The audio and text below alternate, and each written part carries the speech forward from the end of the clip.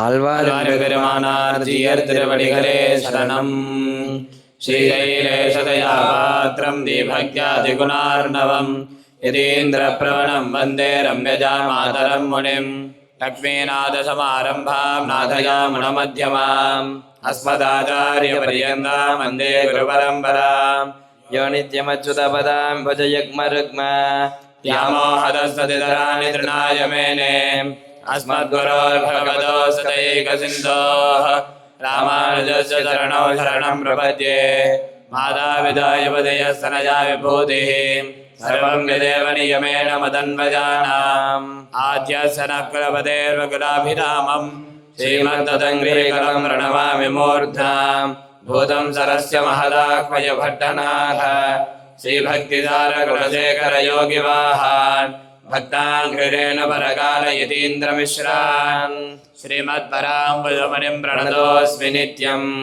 नीलातुङ्गस्तनगिरितटे शुद्धमद्बोध्य कृष्णम् आराध्यं स्वं श्रुतिसरसिद्धमध्यापयन्ति. स्वज्येष्ठायां श्रुतिनिगलितं यबलात्कृत्य भुङ्क्ते. बोधादस्यै नमैदमिदं भोजदेवास्तु भोजः अन्नवयल्मुदवयाण्डालरङ्गर्के अन्नतिरुप्पाவை பல்பதியாம். இன்னிசையால் வாடி கொடுத்தால் நற்பாமாலை பூமாலை சூடி கொடுத்தாலை சொல்லே. சூடி கொடுத்த சுடர்கொடியே தொல்பாவை பாடியருள வல்ல வல்வலையாய். நாடினி வேங்கடவர்க்கென்ன விதி என்னையும் மாத்தம் நாம் கடவா வண்ணமே நல்கு. ఓం నమో వెంకటేశాయ. మన బాల తిరుపతి అప్పనపల్లి శ్రీ బాలబాలాజీ స్వామివారి యొక్క దేవస్థానమునందు ధనుర్మాస శ్రీవ్రత మహోత్సవమును భక్తులందరితో పాటు భక్తి శ్రద్ధలతో అందరూ కూడా ఆచరిస్తూ ఉన్నాము. అందులో భాగముగా ఈరోజు 21వ రోజు 21వ పాసురం యొక్క తాత్పర్యమును తెలుసుకుంటూ ఉన్నాము.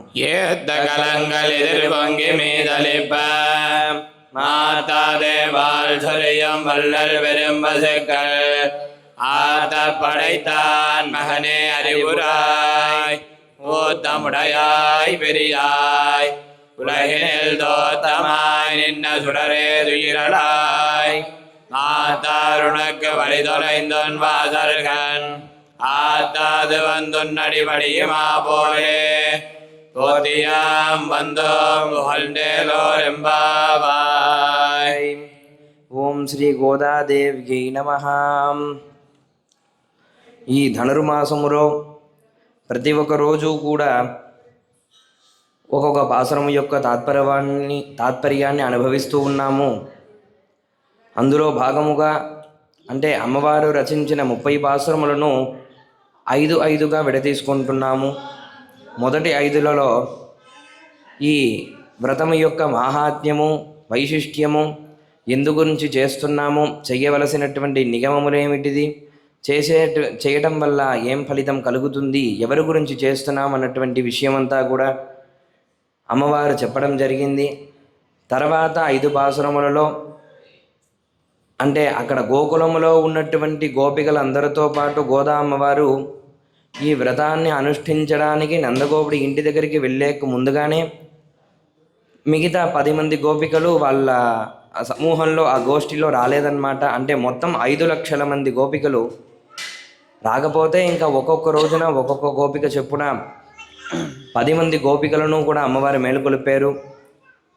ఇంకా 5 లక్షల మందితో సంపూర్ణంగా అందరూ కూడా ఒక గోష్ఠిగా కలిసి నందగోపుడి ఇంటి దగ్గరికి వెళ్ళి అక్కడ రక్షణ భటుల దగ్గర ప్రార్థించి లోపలికి వెళ్ళడానికి అనుమతిని తీసుకొని లోపలికి ప్రవేశించి శయన గదిలో ఉన్నటువంటి నందగోపుణ్ణి, యశోదమ్మని, శ్రీకృష్ణుణ్ణి, బలరాముణ్ణి మేల్కొలిపి తర్వాత 18, 19, 20 పాసురముల యందు నప్పిన్నై అనబడేటువంటి నీలాదేవి అమ్మవారి స్వరూపమైన శ్రీ మహాలక్ష్మిని మేలుకొలిపారన్నమాట. మేలుకొలిపిన తర్వాతనే అమ్మవారు వచ్చి తలుపులు తెరిచారు. అప్పుడే అంటే ఆ శయన గది యొక్క తలుపులు అప్పుడే తెరవబడ్డాయి. ఇంకా 5 లక్షల మంది గోపికలు కూడా ఆ శయన గది యందు ప్రవేశిస్తూ ఉన్నారన్నమాట. అప్పుడు అమ్మవారు మేల్కొని ఉన్నారు. ఇంకా శ్రీకృష్ణుని మేల్కొలపాలన్నమాట. అంటే అంతకు ముందు పాసురంలో కూడా అమ్మవారు మేల్కోండి స్వామి అని చెప్పేసి రకరకాలుగా కీర్తించారు. అయినప్పటికీ స్వామివారు మేల్కోలేదంట. అందుకని చెప్పేసి ఒక సందేహం వచ్చింది, ఎందుకు స్వామివారు లేవలేదు అని చెప్పేసి. ఇక్కడ అమ్మవారిని ప్రార్థిస్తే అమ్మవారేమో మేల్కొనేశారు, ఇక్కడ స్వామివారు ఎందుకు మేల్కోలేదని చెప్పేసి అమ్మవారికి అర్థం కాలేదంట. అప్పుడే నప్పిన్నయ్య అమ్మవారు గోపికలందరితో కూడా కలిసి 5 లక్షల మందితో కూడా కలిసి 5,01,వ దానిగా ఉండి వీళ్ళందరికీ స్వామివారిని ఎలా కీర్తిస్తే ఆయన ఆనందిస్తాడో అటువంటి విషయాన్ని ఇక్కడ అందరికీ కూడా చెప్పించి అమ్మవారి దగ్గర కీర్తింప చేస్తూ ఉన్నారనమాట. అందుకనే ఇక్కడ ముందుగానే అమ్మవారి దగ్గర వెళ్ళి వేడుకుంటేనే స్వామివారికి మనం ఎలాగా వెళ్ళి కైంకర్యములను చేస్తే ఆయన ఆనందిస్తాడో అటువంటి సూక్ష్మములను మనకి అమ్మవారు అందిస్తారనమాట. అందుకనే లక్ష్మీ సహస్రనామంలో విష్ణు ప్రథమ కింకర్యై నమః అని చెప్పేసి అమ్మవారిని కీర్తిస్తారు. అంటే విష్ణువు యొక్క మొట్టమొదటి కైంకర్యమును చేసేటువంటి భాగ్యము ఆవిడ ఒక్కదానికే ఉందన్నమాట. అంటే అన్ని సంవత్సరాలుగా శ్రీకృష్ణుడికి కానీ మహావిష్ణువుకు గాను అటువంటి సేవల్ని అందించేటువంటి ఆవిడకి తెలియని సూక్ష్మాలా చెప్పండి. ఇక్కడ గోదామ్మవారికి శ్రీకృష్ణుడిని ఎలా మేల్కొల్పాలో అర్థం కాకపోతే ఇక్కడ అమ్మవారు అందిస్తూ ఉన్నారు. ఏంటిదనంటే నప్పిన్నయ్య అమ్మవారు గోదామ్మవారికి చెప్తున్నారు, ఇవన్నీ పాసురంలో లేకపోవచ్చు కాకపోతే అంతర్గతంగా పెద్దవాళ్ళు ఒక నాటక స్వరూపంగా తీసుకునేటప్పుడు అంతర్గతంగా ఉన్నటువంటి సారాన్ని తీసుకునేటప్పుడు ఈ కథలన్నీ కూడా బయట మనకు అర్థమవుతూ ఉంటుంది.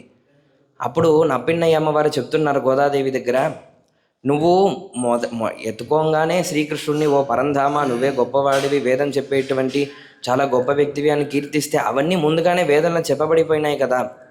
నువ్వు అదే విషయాన్ని చెప్తే ఈయన ఆనందించడు.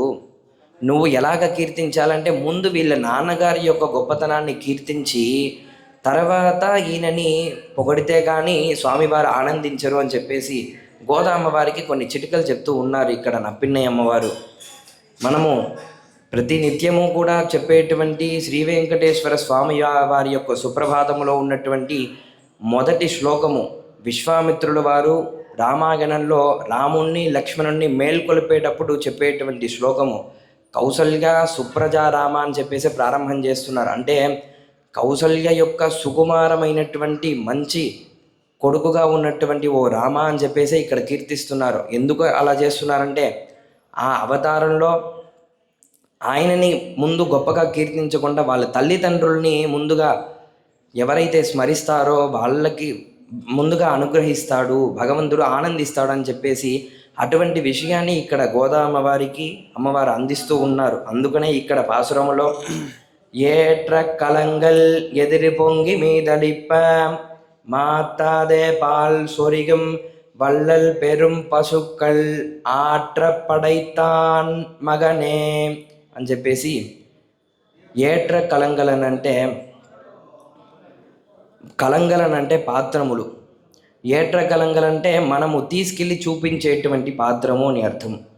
ఎదిరి పొంగి మీదలిప్ప, ఎదిరి పొంగి అంటే ఆ పాత్రమే నిండి బయటికి అట్లాగా పడిపోతున్నాయంట, పొంగి బయటికి పడిపోతున్నాయంట.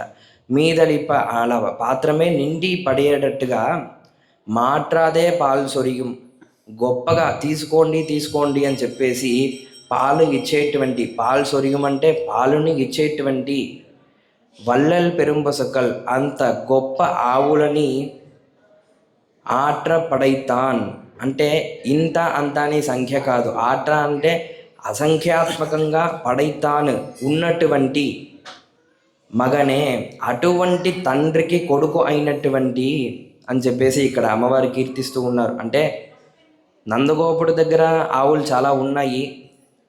ఆ ఆవులు ఎటువంటివి అంటే చాలా పెద్దగా ఉంటాయి చూడ్డానికి. అలాగనే ఎవరు ఎంత పెద్ద పాత్రని తీసుకెళ్ళి అలా పొదుగు దగ్గర పెడితే చాలంట ఆ పాత్రని నిండి ఆ పాత్ర నుంచి బయటికి పడేంత వరకు పాలని ఇచ్చే పంపిస్తుందంట. ఇది ఎందుకు ఇలాగా అనంటే నందగోపుడిలో ఉన్నటువంటి లక్షణము అలాగే శ్రీకృష్ణుడి దగ్గర ఉన్నటువంటి లక్షణములు అక్కడ ఉన్న ఆవులకి కూడా వచ్చేసాయంట. అంటే మనం 17వ భాషలో అనుకున్నాము అంబరమే తన్నీరే సోరే అరం చెయ్యమని చెప్పేసి. నందగోపుడు వస్త్రములు, నీళ్లు, ఇంకా భోజనము ఇటువంటి దానములంతా కూడా ఎవరికి ఎంత కావాలో అంతకు మించి తీసుకోండి అని చెప్పేసి ఆనందంగా ధర్మం చేసేవాళ్ళంట. అటువంటి లక్షణములు ఇంట్లో ఉన్నటువంటి ఆవులకి కూడా అంతే లక్షణములు కలిగిపోయాయంట. అంటే ఇప్పుడు మనమంటే మన దగ్గర ఉన్నటువంటి వస్తువుల్ని దానం చేస్తాం. ఇదే ఆవులంటే తన దగ్గర ఉన్నటువంటి పాలని వల్లల్ పెరుంపసుక్కలని ఎందుకు చెప్పారంటే, అంటే నీకెందుకు నేను ఇవ్వాలి, నేను ఇంతే ఇస్తాను, నా దూడకి పాలు ఇవ్వాలి అని అంతా కాకోకుండా ఎవరు వచ్చినా పెద్ద అండాలే పట్టుకొని వచ్చినా ఆ అండాలనే నింపి పంపించేంత గొప్ప పశువులని కలిగినటువంటి నందగోపుడు యొక్క కుమారుడా మేల్కో అని చెప్పేసి ఇక్కడ అమ్మవారు కీర్తిస్తూ ఉన్నారు. తర్వాత ఊట్రముడగాయ్ పెరిగాయ్. ఊట్రముడగాయ్ అనంటే స్థిరముగా ఎప్పుడూ కూడా నిత్యము స్థిరముగా కీర్తింపజేసేటువంటి వేదము కూడా, అంటే ఆ వేదము కూడా నిన్ను అర్థం చేసుకోలేకపోయాయంట. అంటే వేదము చేత నిత్యము కీర్తింపబడేటువంటి ఓ కృష్ణుడా, అటువంటి వేదము కూడా నిన్ను అర్థం చేసుకోలేకపోయాయి. అంటే మనం సామాన్యంగా వేదంలో చెప్పినటువంటి మంత్రాన్ని అర్థం చేసుకోవడమే చాలా కష్టం మనకి. ఆ వేదమే ఒక పురుషుడుగా ఉండి ఇక్కడ కీర్తించాడు మంత్రములతో. ఆ పురుషుడికే ఈ భగవంతుడు ఎలాగా ఉన్నాడని చెప్పేసి అర్థం చేసుకోవడం చాలా కష్టమైందంట. అటువంటి స్వరూపమును కలిగినటువంటి కృష్ణ మేలుకో అని. పెరిగాయ్ చాలా గొప్ప వ్యక్తి. అంటే ఈయన ఇంత గొప్పవాడు అంత గొప్పవాడు అని కాకోకుండా ఈ ప్రపంచంలో గొప్పతనం అంటే ఈయనే అన్నమాట. అలా చెప్పుకునేటట్టుగా గొప్ప వ్యక్తిగా ఉలగినిల్ తోట్రమాయ్ నిండ్ర సుడరే తుగిలలాయ్. అంటే వేదమే అర్థం చేసుకోలేకున్నాయి, ఇంకా మన బుద్ధికి మనం ఎంత అర్థం చేసుకుంటామని చెప్పేసి మనందరికీ కూడా ఒక చిన్న సందేహం రావచ్చు, సంకోచించవచ్చు. అయ్యో వేదమే అర్థం చేసుకోలేకున్నాయి, మనమంతా ఆ భగవంతుని ఎలా దర్శిస్తాము, ఎలాగా మోక్షాన్ని పొందుతాము, ఆయనని ఎలాగ వెళ్ళి సేవిస్తామని అనుకోవచ్చు. కానీ వేదమే దొరకనంత గొప్ప వ్యక్తి అయినప్పటికీ భక్తితో వచ్చి పిలిచి కైంకర్యము చేసేటువంటి భక్తులకి అదుపులో ఉండేటువంటి అంత సౌలభ్యమైన వ్యక్తి కూడా ఈ పరమాత్మనే అని చెప్పేసి అమ్మవారి ఇక్కడ కీర్తించి తోట్రముడగాయ్. అటువంటి తోట్రం అంటే స్వరూపము, అటువంటి స్వరూపాన్ని ధరించి నిండ్ర సుడరే అంటే నిండ్ర అంటే ఉన్నటువంటి, సుడరే అంటే ఒక జ్యోతి లాంటి వాడా, తుగిలలాయ్ మేల్కో అని అంటున్నారు. అంటే సామాన్యంగా అంటూ ఉంటారు స్వామివారి యొక్క స్వరూపాలు పర వ్యూహ విభవ అంతర్యామి అర్చావతారం అని చెప్పేసి పంచవ్యూహములు అన్నమాట.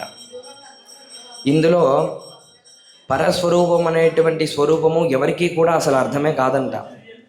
ఇంకా వ్యూహం, ఇంకా స్వామివారు చూశారు పరస్వరూపంలో ఉంటే ఎవరు కూడా నన్ను అర్థం చేసుకోలేకున్నారని చెప్పేసి ఆయనే ఒక మెట్టు కిందికి దిగి వచ్చి వ్యూహ స్వరూపం అని చెప్పేసి క్షీరసాగరంలో ఒక ఆదిశేషుడిపై శయనించేటువంటి స్వరూపము, ఇంకా వాసుదేవ శంకర్షణ ప్రద్యుమ్న అనిరుద్ధ ఇలా రకరకములైన స్వరూపములను ధరించాడనమాట.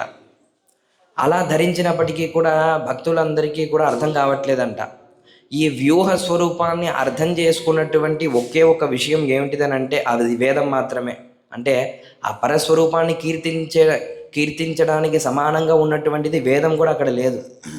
ఆయనే ఒక మెట్టు దిగి వస్తే ఇంకా వ్యూహ స్వరూపాన్ని అర్థం చేసుకోవాలంటే మనం వేదంలో ఉన్నటువంటి తాత్పర్యాలని చూస్తే అర్థమవుతుందంట. ఇంకా ఆ వేదం కూడా రాను రాను ఎవరికి అర్థం కావట్లేదని చెప్పేసి వ్యూహం నుంచి భగవంతుడు ఇంకో మెట్టు కిందికి దిగి వచ్చి విభవం అన్న స్వరూపానికి వచ్చి మత్స్య కూర్మ వరాహ నారసింహ వామన భార్గవ రామ రామ రామ కృష్ణ బౌద్ధ కల్కి అని చెప్పేసి ఇలాగా దశ అవతారములు అనేక అవతారములంతా కూడా ఎత్తి మనతో పాటు మనతోనే కలిసి బ్రతికేటువంటి అవతారంగా, అవతారం అంటే పైనుంచి దిగి రావటం, పైనుంచి ఒక శక్తి కిందికి దిగి వస్తుందంటే దానికి అవతారము అని పేరు. అందుకనే భగవంతుడు అవతరించాడంటే పైనుంచి దిగుతున్నాడు అని అర్థం. మన కోసం మనల్ని అనుగ్రహించడానికి ఒక మెట్టు దిగుతున్నాడు అని అర్థం. అలాగా విభవమూర్తిగా వచ్చినప్పుడు వేదం ఏం చేసిందంట, ఆ విభవమూర్తిని కీర్తించడానికి వేదము కూడా ఒక మెట్టు కిందికి దిగి వచ్చి ఇతిహాస పురాణాదులుగా మారిపోయాయంట. అంటే ఇక్కడ భగవంతుడు వ్యూహం నుంచి విభవానికి వస్తే వేదము ఆ వేదము యొక్క స్వరూపం నుంచి ఒక మెట్టు కిందికి దిగి వచ్చి ఇతిహాస పురాణములుగా మారిపోయాయంట. ఇంకా తర్వాత ఆ విభవ స్వరూపం కూడా అర్థం కావట్లేదని చెప్పేసి ఆ స్వామి అంతర్యామిగా ప్రతి ఒక్క ప్రాణిలో కూడా వాళ్ళ యొక్క హృదయములో ఒక జ్యోతి రూపంగా ఉన్నాడంట. అహం వైశ్వానరో భూత్వా ప్రాణీనాం దేహమాశ్రిత అని కృష్ణుడు చెప్పినట్టుగా ప్రతి ఒక్క ప్రాణిలోనూ వైశ్వానరుడు అంటే అగ్నిస్వరూపంగా ఉన్నాడు. ఇంకా ఆ ఇతిహాస పురాణములుగా ఉన్నటువంటి ఆ వేదములు ఏం చేశాయంట, ఆ అంతర్యామిని గుర్తించడానికి అర్చించడానికి యోగ మార్గము, యోగ దర్శనం అని చెప్పేసి యోగ శాస్త్రములుగా ఆవిర్భవించాయంట. ఇంకా అటువంటి అంతర్యామిని కూడా మనం ఎవరు కూడా అర్థం చేసుకోలేకపోయేసరికి ఇంకా చివరికి అర్చావతార మూర్తిగా ఒక శిలయందు ఇలాగ దేవాలయాదులలో మన కోసం దిగి వచ్చి ఇటువంటి ఆలయములలో నిలుచొని నేను మిమ్మల్ని అనుగ్రహిస్తాను, కనీసం ఆలయంలోనైనా వచ్చి దర్శనం చేసుకోండి అని చెప్పేసి స్వామివారు అన్ని మెట్లు కిందికి దిగి వచ్చి మనల్ని అనుగ్రహిస్తూ ఉన్నాడు. అలాగ వచ్చినప్పుడే వేదము నుంచి పురాణ ఇతిహాసం నుంచి యోగశాస్త్రం నుంచి ఈ అర్చావతార మూర్తిని అర్చించడానికని చెప్పేసి పాంచరాత్రాగమము, వైఖానసాగమం మొదలగు ఆగమాలుగా ఆవిర్భవించి ఆ అర్చావతార మూర్తిని అర్చిస్తూ ఉన్నాయంట. అలాగా మనం ఎవరికీ కూడా అర్థం కానటువంటి అంత గొప్ప వ్యక్తి మన కోసము వచ్చేసి అంత పెద్ద వైకుంఠాన్ని వదిలేసి ఇక్కడ ఇటువంటి మన గ్రామంలో, మన అప్పనపల్లి గ్రామంలో, మన బాల తిరుపతి అని బట్టి పేరు కలిగినటువంటి ఇంత గొప్ప దేవస్థానమునందు స్వామివారు అర్చావతార మూర్తిగా ఉండి మన అందరికీ కూడా అనుగ్రహిస్తూ ఉన్నాడు. అంటే అంత గొప్ప వ్యక్తి మన కోసము వచ్చి ఇన్ని మెట్లు దిగి వచ్చి ఉన్నారని చెప్పేసి ఈ విషయములంతా కూడా అమ్మవారు మనకు అందిస్తూ ఉన్నారు. అటువంటి గొప్ప వ్యక్తిని ఇక్కడ అమ్మవారు తుగిలలాయి స్వామి మేల్కొనండి అని మేల్కొలుపుతూ ఉన్నారు.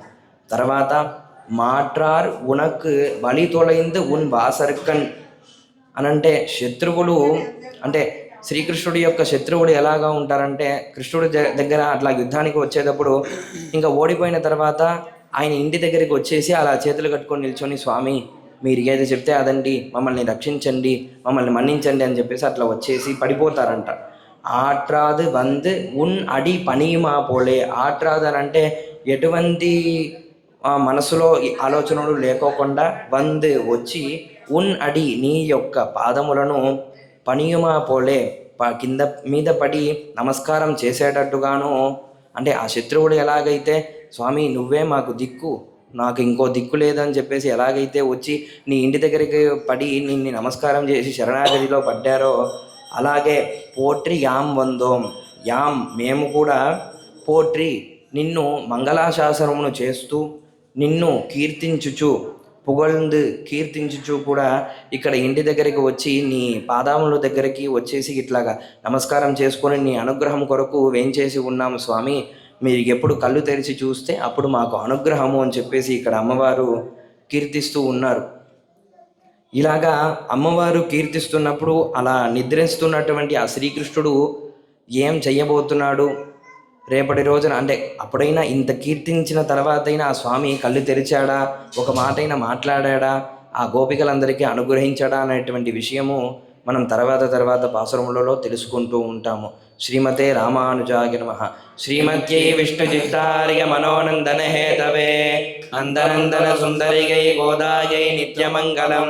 శ్రీకాంతాయ కళ్యాణ నిధయేర్థినాం శ్రీవేంకట నివాసాయ శ్రీనివాసాయ మంగళం.